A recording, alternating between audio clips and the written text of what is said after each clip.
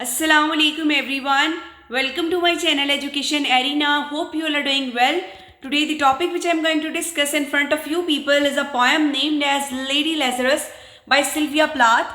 This is included in a subject American Literature course code English 403 which is a part of BS English 7th semester.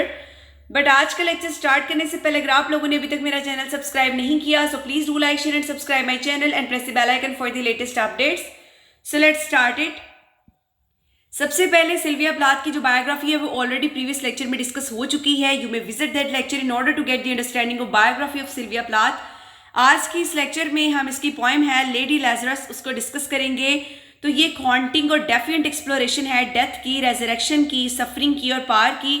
Resurrection क्या होता है, इसका जो लफ्जी meaning है वो है राइज अगेन, ठीक है, या फिर आप कह सकते हैं कि ये it is rising from dead of a divine और human being who still retains his own personhood or individuality though the body may or may not be changed.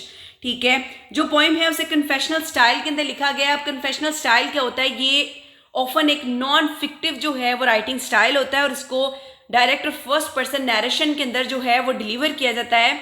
ये राइटिंग स्टाइल में क्या होता है कि जो पर्सनल सीक्रेट्स या controversial perspectives हैं उनको शेयर किया जाता है, ठीक है, ऑटोबायोग्राफी की फॉर्म में, डायरी की फॉर्म में, ठीक है. ये एक ऐसा राइटिंग स्टाइल है जिसके अंदर आप अपने पर्सनल रेवोल्यूशंस और जो सीक्रेट्स हैं, ठीक है, उनको शेयर करते हैं and it is basically in first person non fiction form like diaries, ठीक है. उसके बाद इसमें क्या किया गया है कि ये पॉइंट ड्रॉ करती है अपॉन प्लाथ्स पर्सनल एक्सपीरियंसेस, ठीक है, उनको ब्लेंड करती है हिस्टोरिकल और कल्चरल इमेजरी के साथ. सिल्विया प्लाथ की जो पोइम है ये एक सेमिनल पीस है कन्फेशनल पोइट्री के अंदर और इसमें हमें इमेजरी का, मेटाफर का जो यूज़ है वो नज़र आता है और ऑटोबायोग्राफिकल रेजोनेंस है इस पोइम के अंदर. नेक्स्ट हम चलते हैं इसके ओवरव्यू की तरफ. तो उसमें सबसे पहले हम टाइटल की सिग्निफिकेंस देख लेते हैं कि जो टाइटल है, ठीक है, लेडी लैजरस, ये अलूड करता है जो बिब्लिकल स्टोरी है लैजरस की. लैजरस बाइबल के अंदर was a friend to Jesus and a brother to Mary and Martha, ठीक है, जिसको रेजरेक्टेड किया गया था जीसस से after being dead for 4 days, ठीक है. लेकिन प्लाथ की जो रेजरेक्शन है वो डिवाइन मर्सी का कोई एक्ट नहीं है लेकिन रिकरिंग स्ट्रगल्स हैं उसके अटेम्प्टेड सुसाइड्स के साथ. जो पोइम है वो ट्रांसफॉर्म करती है इन एक्सपीरियंसेस को एक थिएट्रिकल स्पेक्टेकल के अंदर, ठीक है, और मॉक करती है जो सोसाइटल फैसिनेशन है उसको with suffering and asserting her agency through defiance and reclamation of power. Next हम चलते हैं इस पोइम की डिटेल्ड समरी और एनालिसिस की तरफ. तो सबसे पहले ओपनिंग, रेजिलियंस एंड रेवलेशन, ठीक है. सो स्पीकर की जो जर्नी है वो इस लाइन के साथ स्टार्ट होती है, I have done it again. ये इंडिकेट करती है एक रिपीटेड एक्ट को, most likely reference to her suicide attempts, ठीक है. वो क्या करती है, she likens herself to a walking miracle alive after having being presumed dead. ये जो शॉकिंग कंपैरिजन है कि वो अपनी स्किन का नाजी लैम्पशेड के साथ एक कंपैरिजन करती है, ये इन्वोक करता है होलोकॉस्ट इमेजरी को, ठीक है, और सिंबलाइज किया गया है डीह्यूमनाइजेशन और सफरिंग को, ठीक है. While her foot as a paper weight convey करते हैं इमोशनल और फिजिकल नमनेस को, ठीक है. Her face described as Jew linen, ये अंडरस्कोर करता है वल्नरेबिलिटी को एंड एट्रोसिटीज ऑफ हिस्ट्री, ठीक है, और मर्ज किया गया उसकी पर्सनल पेन को विद कलेक्टिव ट्रामा. नेक्स्ट चलते हैं.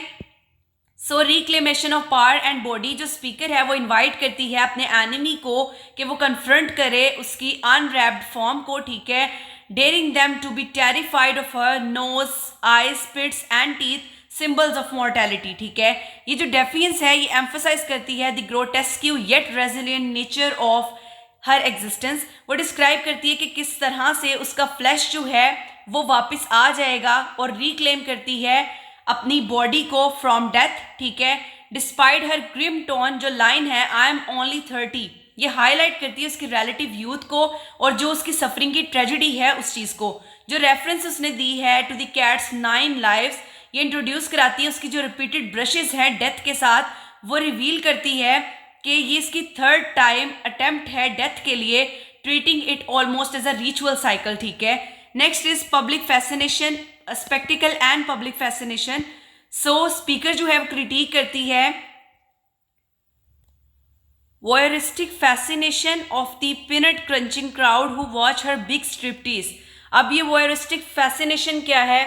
It is basically involve driving or relating to enjoyment from seeing the pain or distress of others, ठीक है. जो क्राउड है वो बहुत ज़्यादा इंटरटेन्ड है उसकी पेन से, ठीक है, reducing her suffering to a spectacle. Even though उसकी फिजिकल फॉर्म रिड्यूस हो चुकी है, स्किन और बोन, वो असर्ट करती है अपनी अनचेंजिंग आइडेंटिटी को, जिसने यूज़ किया है स्ट्रिप टीज का वर्ड, ठीक है, सबवर्ट करता है एक्सपेक्टेशंस को और टर्न करता है उसकी वल्नरेबिलिटी को into the act of defiance. Next is the art of dying. Speaker declare करती है कि डाइंग एक आर्ट है, ठीक है, और वो इसको परफॉर्म करती है एक्सेप्शनली वेल. ये जो लाइन है ये रिफ्रेम करती है उसके सुसाइड अटेम्प्ट्स को, ठीक है, एज अ मैकाब्रा स्किल्स, ठीक है. मैकाब्रा स्किल्स क्या होती हैं? डिस्टर्बिंग बिकॉज कंसर्न विद और causing a fear of death, ठीक है, और चैलेंज करती है जो ऑडियंस की परसेप्शन है उसके एक्शंस को लेकर. वो जक्स्टापोज करती है जो हेलिश और पेनफुल एक्सपीरियंस है उसकी डाइंग का with the theatricality of her survival, ठीक है, और मॉक करती है उनको जो लेबल करते हैं हर रिटर्न एज अ मिरेकल, ठीक है. Next is co-modification of suffering. There is a bitter tone as speaker describes how her pain has been monetized, ठीक है. There is a charge for witnessing her scars, hearing her heart और possessing fragments of her body. ये जो commercialization है suffering की reflect करती है societal exploitation जो है पर्सनल ट्रेजिडी की, जो रिपीटेड यूज़ हुआ है हर डॉक्टर और हर एनिमी. ये इन्वोक करती है अथॉरिटेरियन फिगर्स को, पॉसिबली मेल डॉक्टर्स जो हैं और जो ऑप्रेसिव फोर्सेस हैं उसकी ज़िंदगी के अंदर, जो सिंबलाइज करती हैं कि उसकी बॉडी और एग्जिस्टेंस के ऊपर जो कंट्रोल है, ठीक है. Next is rebirth and revenge. So जो स्पीकर है वो टर्न लेती है, ठीक है, डायरेक्टली अपनी ऑपरेशंस की तरफ, ठीक है, ऑपरेसर्स की तरफ, और एड्रेस करती है हर God and her Lucifer.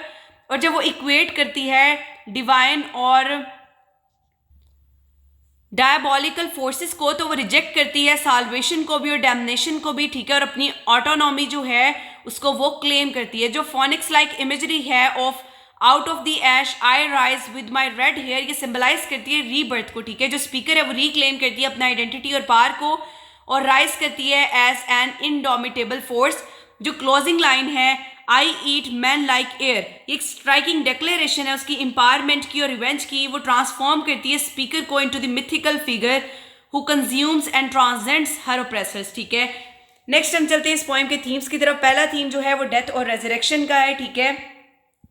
So Sylvia Plath जो है एक्सप्लोर करती हैं डेथ और रीबर्थ की साइक्लिकल नेचर को, और स्पीकर जो है with speaker likening herself to the phoenix and Lazarus, ठीक है.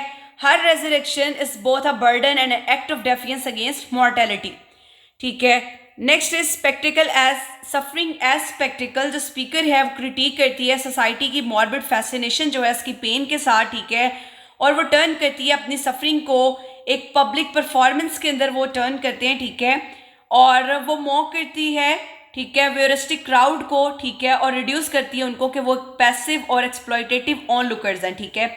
Next is power and defiance. Despite repeated brushes with death, जो स्पीकर रिक्लेम करती है अपनी एजेंसी को, ठीक है, और राइज करती है स्ट्रोंगर आफ्टर ईच फॉल. उसकी जो फाइनल असर्शन है कंज्यूमिंग मैन लाइक एयर, ये सिंबलाइज कर रही है उसकी अल्टीमेट एम्पावरमेंट और रिवेंज को. Next is art and identity. जो स्पीकर है वो फ्रेम करती है कि डाइंग आर्ट की एक फॉर्म है और एम्फेसाइज करती है कि उसकी मास्टरी है over even her own suffering, ठीक है. उसकी जो आइडेंटिटी है वो इमर्ज होती है not as a victim but as an artist, जो रीशेप करती है पेन को एक डेफिएंट क्रिएटिविटी के अंदर. तो ये आज का हमारा लेक्चर था. Hope you guys understand my lecture. So please do like, share and subscribe my channel and press the bell icon for the latest updates. Inshallah in future I'll try to make more informative videos for you people. Thank you very much.